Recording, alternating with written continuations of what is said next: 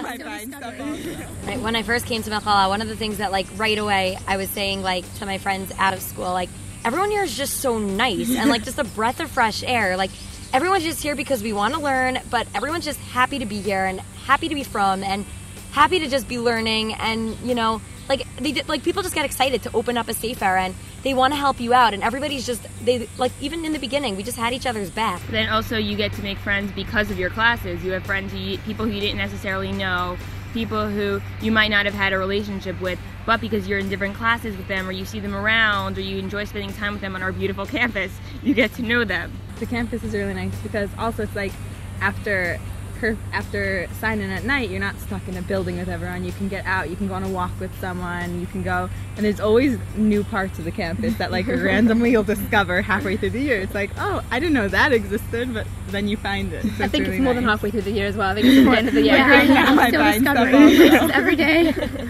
So many different girls coming from different places and different backgrounds are coming together, and we're learning together and we're growing all together. And maybe we're not necessarily all going and coming from the same places or going to the same places, but we're all going in an upwards direction and we're all going to grow and become better in our avodas Hashem. And that's really what Michlalah is all about. It's about making us all the best people that we could possibly be. Because we have a large amount of students, we get so many class options and a lot of different teachers, but then on the other hand, it's divided up a little bit, so you don't feel like you're lost in, like you said, you don't feel like you're lost in this giant place because it's divided up into 5 groups, and you get like people that you can go to much easier, and then you can also go to the other rebbeim and stuff. Our teachers are ready and available. Within 5 minutes, we'll text you back, call you back.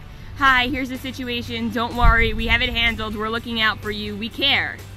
It's not easy to go away for a year somewhere in a foreign country, but Michlalah becomes your parents and your family for the year. They take care of you. They make sure you're doing well. Many different girls come to Machal, and they have various different potentials, different kochos, different possibilities, different backgrounds. The job on Machal, as we see it, is to bring out that potential based on the kochos that each student has. First day of school, we all landed from the group flight in the airport. We're all tired. Well, whoever of us took the group flight, not the British girls. We're all tired, exhausted, long plane ride, a ton of seminary girls. It was a little overwhelming. And the principal of our school came out to put on luggage tags for us, to lead us to the buses. That wasn't necessary. That wasn't important. And they brought us drinks. And he knew and our food, names. And he knew our names. He knew our names. He could recognize our names by our faces. He knew our names. He gave us food and drink. We came in. The second we were off the plane and landed in the airport, we didn't have to wait to get to Michlalah to feel the warmth, to get excited, to feel like someone cared. Part of going to Eretz Yisrael is experiencing Eretz Yisrael. We're in seminary in Eretz Yisrael to see the land, see how different people live. There are different views and different opinions, and and different politics, and you really get to go out and see all these different ways. And it's so nice to learn and spend the Shabbos in one type of neighborhood, and then to spend the Shabbos in the totally different type of neighborhood. But they're both from, and they're both living in Eretz Yisrael and loving it, and they're learning Torah in their different ways. And to be able to see the different Mesiras Nefesh that people have for Torah and the Mesiras Nefesh that they have for Eretz Yisrael. We take our program very seriously, but at the same time, there's a lot of fun. We want this to be one of the best years of our students' lives, and we understand that, therefore, we have to go beyond academics. So whether it's Shabbatonim, whether it's Malava Malkas, special breakfasts or programming, or the various different Tuyolim that we offer, we try to offer a holistic experience to the neshama, to the seichel, and to the guf. They take us to great places. They want us to have fun. They want us to understand that they're as serious as a place it is, as much as we learn, there is a life outside of books, and there's a place for tiyulim, and there's a place for hikes, and there's a place for bonding with friends on buses. It's more than just, Michlalah is more than just the books. You come in, and on the first day, teachers are saying, we're available for meetings, and everyone's lining up, and I've never made so many ksharim with teachers before in my life, and I have rebbeim that I could turn to when I need halachic hadracha, and I have different teachers for different hashkafic hadrachot, and like, it makes such a big difference. Just very much encourage that they encourage that you discuss with them that Torah is not confined just to the classroom. Torah is what you do and it's how you live. So they want to be very much a part of that part of your life as well. Young ladies, you are coming to a place where you have over 60 different courses given from the top-notch people in the whole entire world. The courses are in Tanakh, in Tefillah, in Midrash, in Jewish philosophy. Anything, just name it, we have it.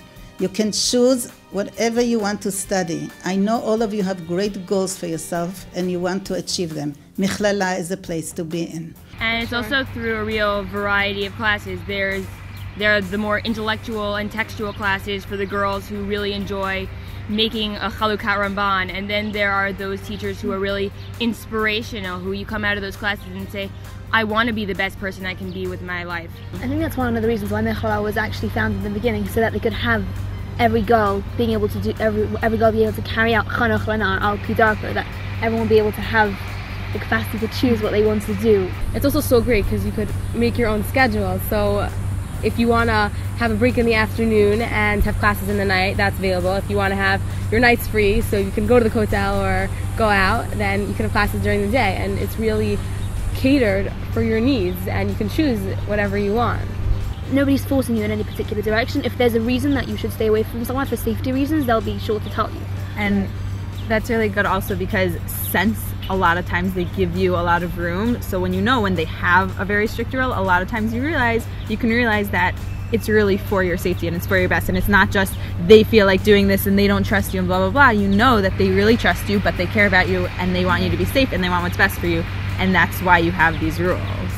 I think that also a reason why they give us such a leeway in a sense, and they're a little bit more laid back, is because Michlalah attracts a very serious and good group of girls, and they know that they can afford to trust us in that sense.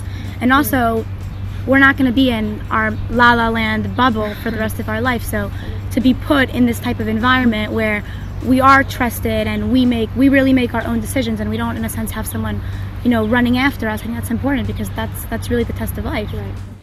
Michlalah for me, as an 18-year-old girl, opened up a whole new world of Torah, a whole new exposure to many things that I hadn't experienced in my 12 years of education. This is an extremely formative year in terms of your connection to your Judaism, to your Torah study. This is the time to develop your skills and your exposure. This is the springboard. Life gets very busy after 18-19. It's an extremely warm environment. The teachers are unbelievably dedicated to really the growth process of each and every student on Machal. More so than that, outside of the classroom, when I have an opportunity to meet with the girls one-on-one, when I have the opportunity to schmooze with girls, when I have the opportunity to invite girls to my Shabbos table, to see them interact with my children, to hang out with them on my couch, that to me is the most valuable. It's a chance to bond with the lounge ladies. There's chaburas in the lounge, there's an exercise room, there's computers, which is nice. They have tons of svarim that are very, a lot of the classics, a lot of things that you didn't even know, and you're able to take them out, so it's really convenient for girls who want to learn a sefer and they can take it for a week or have a chavrusa with someone and take it for a month or so, and still. Also what's great is a lot of the classes really make you go into the library, and at first it's so terrifying because you're like, what am I doing? I don't know how to find this stuff, but by the end of the year you start feeling more comfortable, you can pull out books and you can do it all by yourself, and you really feel how far you've come when you walk into the library. Michlalah also, in addition to telling you things, gives you the tools and gives you the skills so you can continue your learning after you leave. And after you're finished, your education doesn't have to end, and you can continue growing and learning and achieving years and years down the line. We don't indoctrinate. We feel that learning Torah brings to living Torah. If I may put it in my language, IQ, intelligence quotient, right, is MA over CA, mental age divided by chronological age, right? In the Michlalah we work not on IQ but on RQ, religious quotient, or ruchniistic quotient if you want. And ruchniistic quotient is LT over LT, limud Torah divided by living Torah. The correlation between what you learn and what you keep, that is your RQ, your religious quotient. And that I think is the hallmark of Machal, right?